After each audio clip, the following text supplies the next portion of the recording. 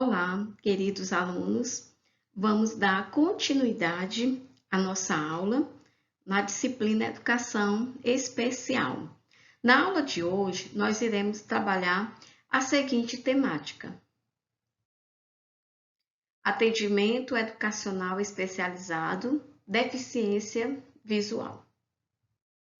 Como está previsto, né, como já foi inclusive destacado em aulas anteriores, a educação especial, ela abrange, dentre os tipos de deficiência, a deficiência visual.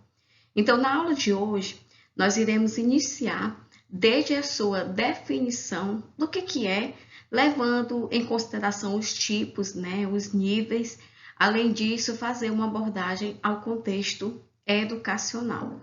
Então, nesse sentido, a deficiência visual ela é caracterizada por cegueira, que é classificada como uma visão subnormal ou até mesmo uma visão reduzida. A diminuição dessa resposta, inclusive a gente pode falar da cegueira, ela pode ser nesse sentido, né, numa visão subnormal mais leve, moderada, severa e profunda, né? Como também a gente pode caracterizar a ausência total da resposta visual, que aí a gente define de fato o que é a cegueira. Então é importante que vocês compreendam essas classificações, né? Exatamente para que vocês vejam e, inclusive, pode até desenvolver, né? Você pode perceber que as pessoas podem desenvolver, inclusive, ao longo da vida. Chama-se a visão subnormal ou a baixa visão, como alguns especialistas preferem chamar, é a alteração da capacidade funcional decorrente dos fatores com o rebaixamento significativo da visão. Ou seja, é uma redução do campo da visão à sensibilidade, principalmente a contrastes e limitações de outras capacidades. Então, aquela pessoa que enxerga, mas que enxerga bem reduzido. Essa deficiência visual, como eu coloquei para vocês anteriormente, ela tem várias causas, né? Desde a hereditária à adquirida. A hereditária, ela, como o próprio nome já descreve, ela vai resultar de doença transmitida por genes, que pode ser no nascimento ou posteriormente. Congênita, o indivíduo já nasce, né, com essa deficiência. É importante destacar que, inclusive, hoje já se fazem vários exames ainda nessa fase intrauterina. Então, a mulher gestante ela já consegue identificar as possíveis deficiências que poderá ocasionar no seu bebê. A adquirida, ela, como o próprio nome, né, a gente pode observar, ela vai ser adquirida ao longo do nascimento. Então, pode ser já, inclusive, na fase adulta ou somente na fase mais posterior. Pode ser causada por infecções, traumatismo ou intoxicações. Continuando, né? A gente está nesse primeiro momento da aula, a gente está trabalhando mesmo o conceito e os tipos, né? Só depois eu vou fazer com vocês a relação com a sala de aula. Então, as causas mais frequentes da cegueira, né, como a gente pode ver, e da visão subnormal, é a retinopatia ou a catarata congênita, que a retinopatia ela é causada pela prematuridade, né, exatamente dessa imaturidade da retina.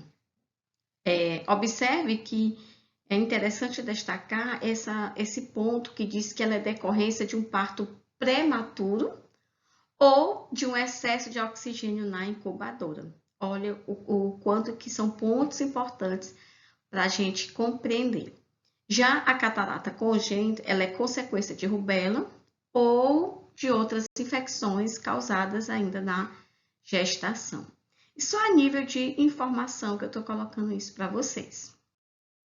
O glaucoma congênito, ele pode ser hereditário ou causado por infecções.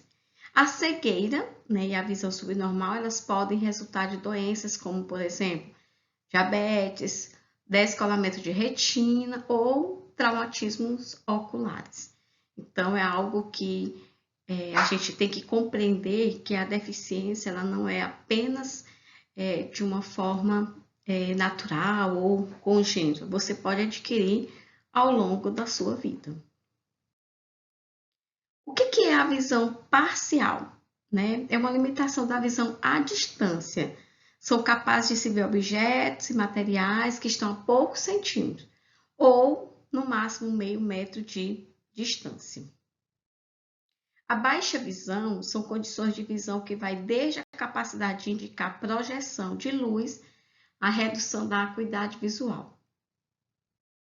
É considerada baixa visão aquele que apresenta a capacidade de perceber luz, ou até o grau em que a deficiência visual limita o seu desempenho, que pode ser utilizada, na verdade, essa baixa visão, ela é muito utilizada, ela é muito reparada através de cirurgias ou a utilização de lentes, de óculos, né?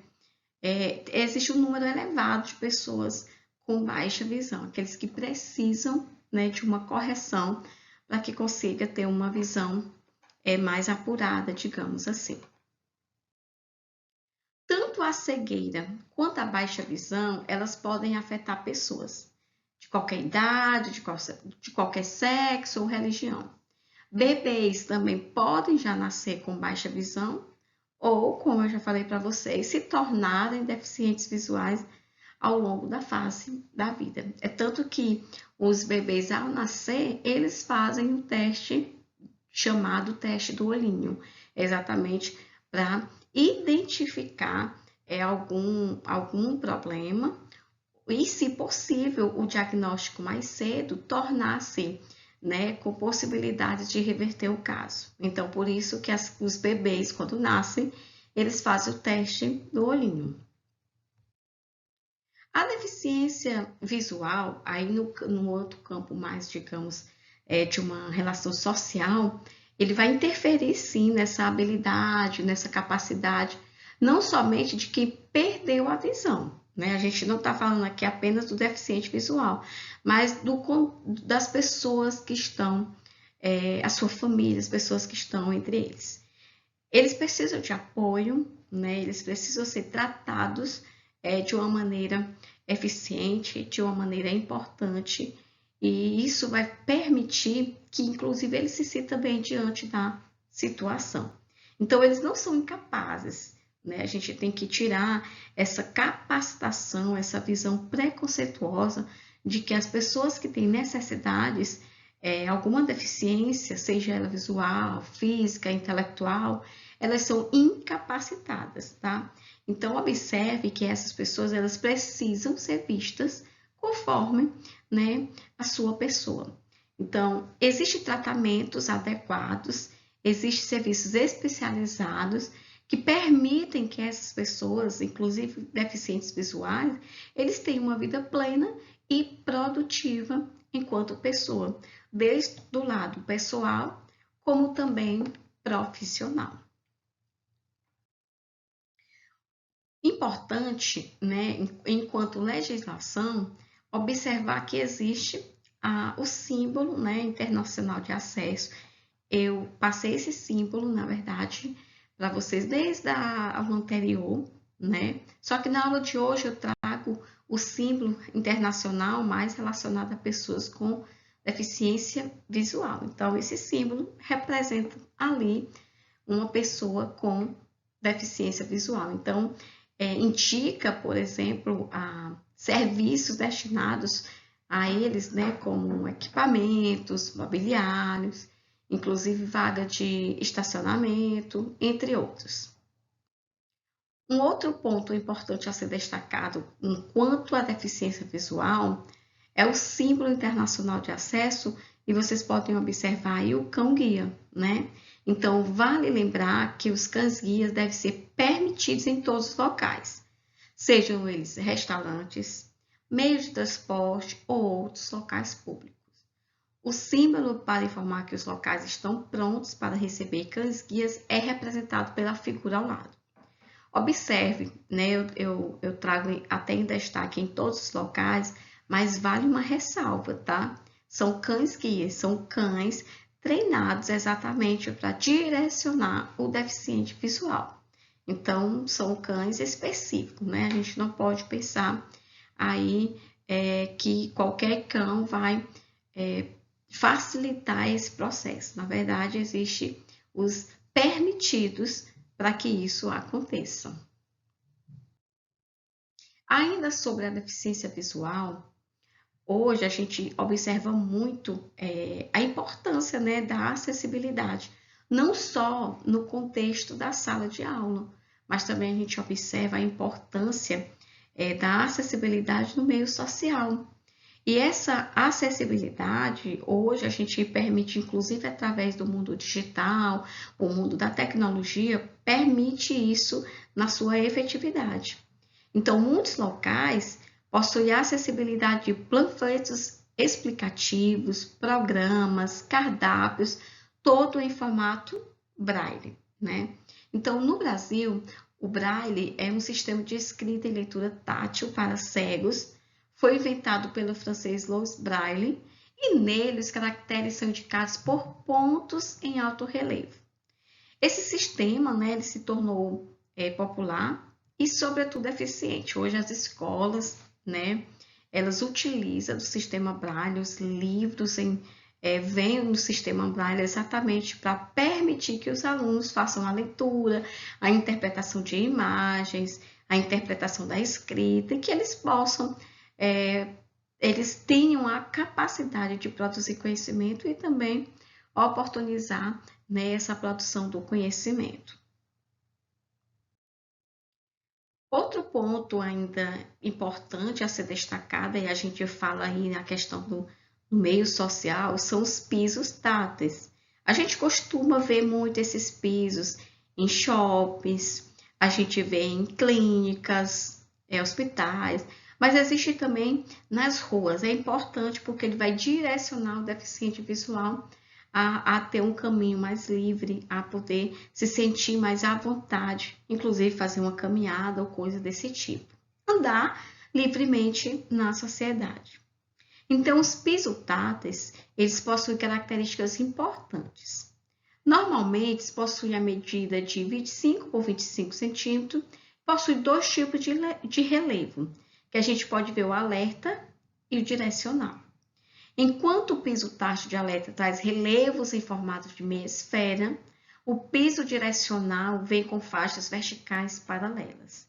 Então, eles conseguem identificar, por exemplo, um alerta através dessa primeira imagem, que a gente vê as esferas, né? Como também o piso com a faixa vertical, onde vai direcionar o caminho a ser percorrido sem barreiras, né? Então, a gente vê muito esse tipo aí de piso hoje na sociedade, nas escolas, né? É necessário que tenha, né? É importante ter. Então, vale lembrar, né, que essas normas, esses pisos táteis, como tem uma imagem aí de uma escola, eles são importantes, necessários, eu digo isso, mas ele deve seguir a norma NBR de 9050, né? Que os pisos táteis direcionais, eles são colocados em sequência para mostrar o caminho que o deficiente visual deverá chegar até o seu destino. Então, existe aí uma sequência, não pode ser de uma maneira que tenha muitos atalhos, porque vai dificultar a compreensão do caminho.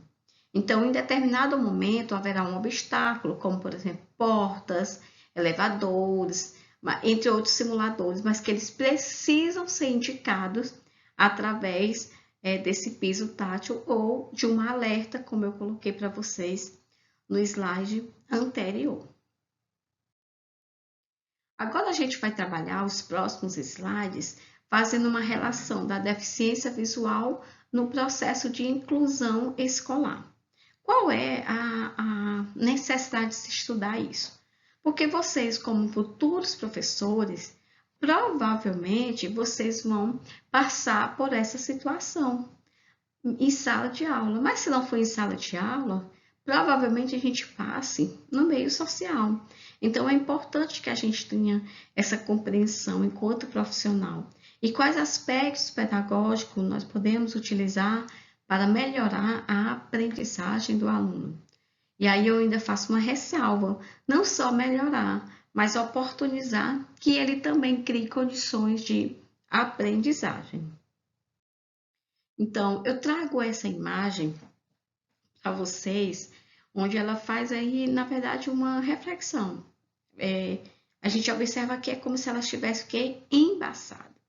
Então, essa imagem ela foi colocada exatamente para a gente repensar sobre o olhar do outro, o olhar daquela pessoa que tem dificuldade de enxergar, seja ela uma baixa visão ou seja ela, lógico, numa perspectiva, a gente não tem como mensurar, nós que enxergamos, como que pode ser a pessoa que não enxerga, ou seja, o cego, o que direciona o olhar depois, né, para eles nessa visão. Então, assim, é uma reflexão até para a gente se colocar no lugar do outro. Então, como nós sabemos, a educação especial, ela direciona ações para atendimentos educacionais com necessidades educacionais específicas, né? E aí a educação especial, ela abrange todos os tipos de deficiência.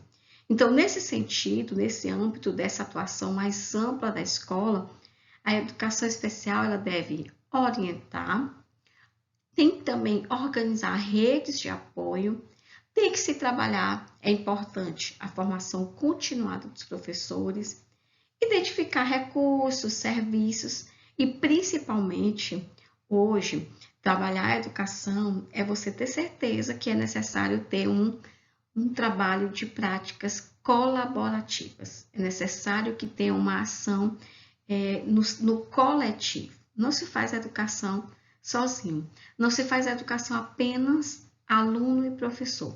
Aí a gente, inclusive, coloca em pauta a importância da gestão nesse sentido.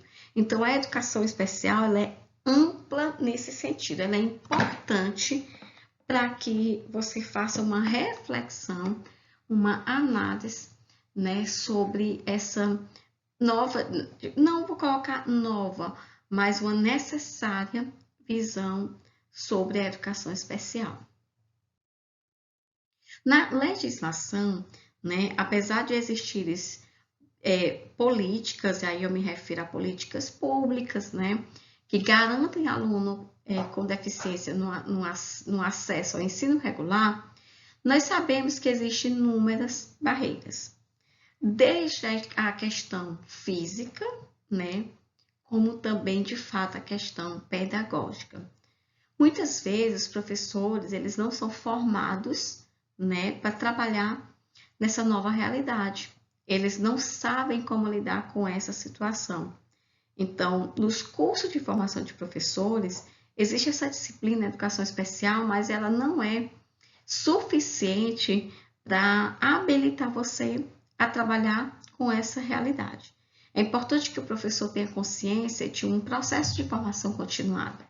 A formação continuada ela acontece por meio de leituras, por meio de novas vivências, por meio da pesquisa e principalmente reconhecer que nós precisamos estudar de maneira contínua. O professor não pode parar de estudar. Então, de acordo com Cruz, Tassi e Chaves, essa questão do profissional, aí a gente engloba todos os tipos de profissionais. Eles necessitam de uma formação inicial e de uma formação continuada. Então, elas têm que andar juntos, elas têm que andar paralelas, né? Então, mesmo no processo de formação inicial, vocês precisam fazer uma atualização constante, né? Paralela. Quando isso acontece, a gente fala que é uma formação continuada. Então, essa questão, ela encontra com frequência nas discussões, nos trabalhos acadêmicos, que precisam ser aprimorados e devem estar mais próximos, né, dessa questão do dia a dia, dessa vivência de alunos e de futuros professores relacionados a essa nova realidade, que é trabalhar a educação especial. Nessa perspectiva, o que é que a gente pode perceber? Que, de fato, né, as escolas hoje ela têm alunos com deficiência visual. É uma realidade, né? O atendimento educacional, ele deve ser atendido a necessidades específicas. Eu não tenho que ter um olhar direcionado para o todo, mas para a necessidade daquele meu aluno, diante da sua construção no processo de ensino, aprendizagem e pautado principalmente no princípio da inclusão e do atendimento a todos. Isso é muito importante. Qual é, então, a importância, o papel do professor nesse sentido? Como a gente já viu, essa baixa visão, a gente não coloca aí, por exemplo, a cegueira, que é algo que realmente dificulta mais esse processo de ensino-aprendizagem, mas a baixa visão, entendida como uma visão que vai prejudicar a distância, é importante que o professor observe onde o aluno está direcionado e onde ele está sentado, para que ele possa direcionar, inclusive, o seu olhar mais individual para aquele aluno com necessidades específicas.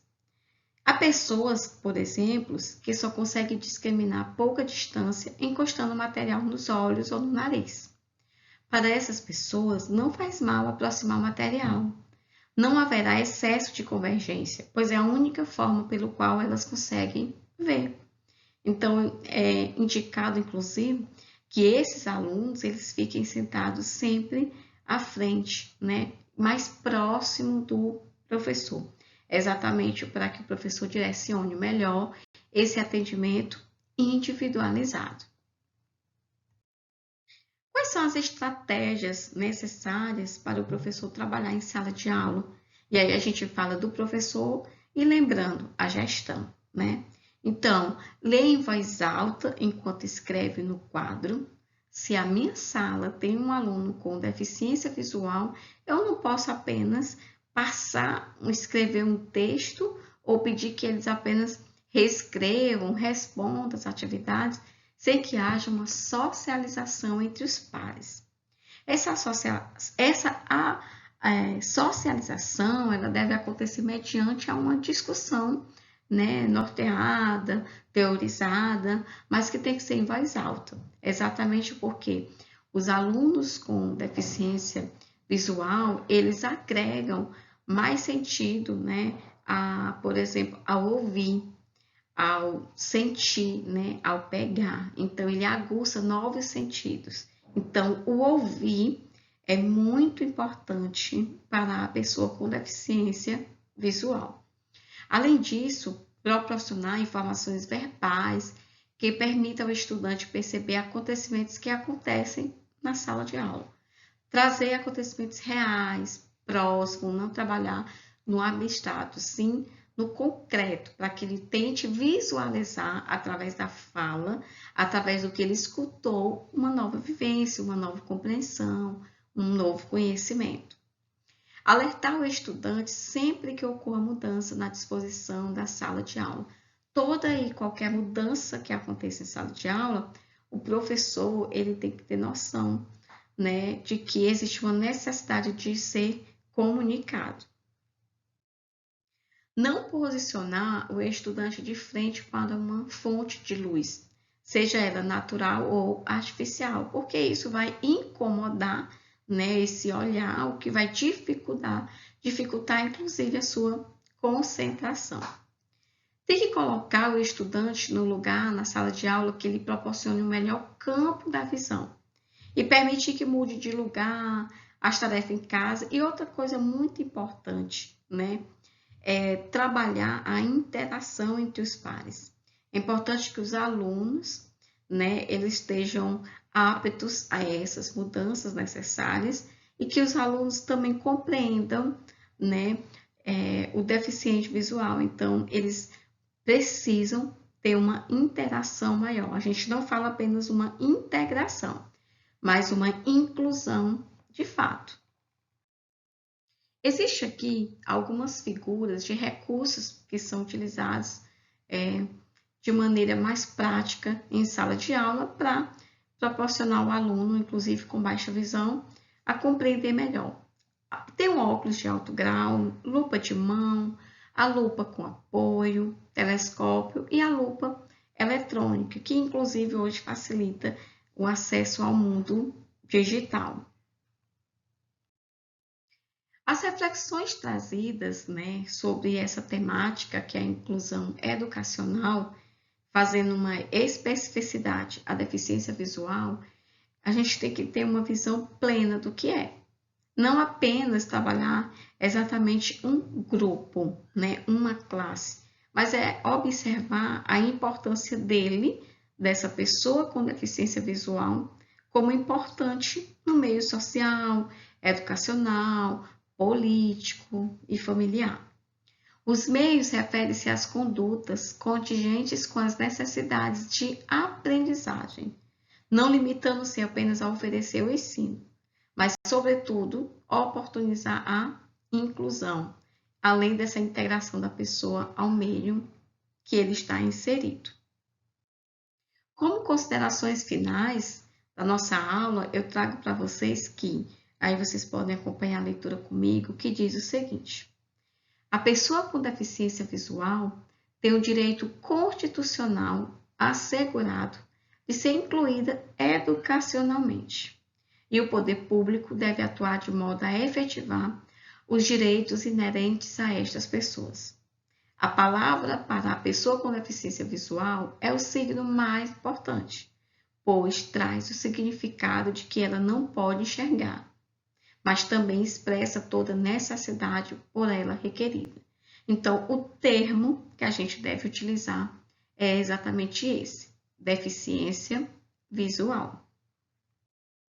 As reflexões aqui trazidas, elas não têm o objetivo de exaurir o tema, nem tampouco apresentar soluções únicas e imutáveis de como nós, professores, vocês, futuros professores, podem trabalhar em sala de aula.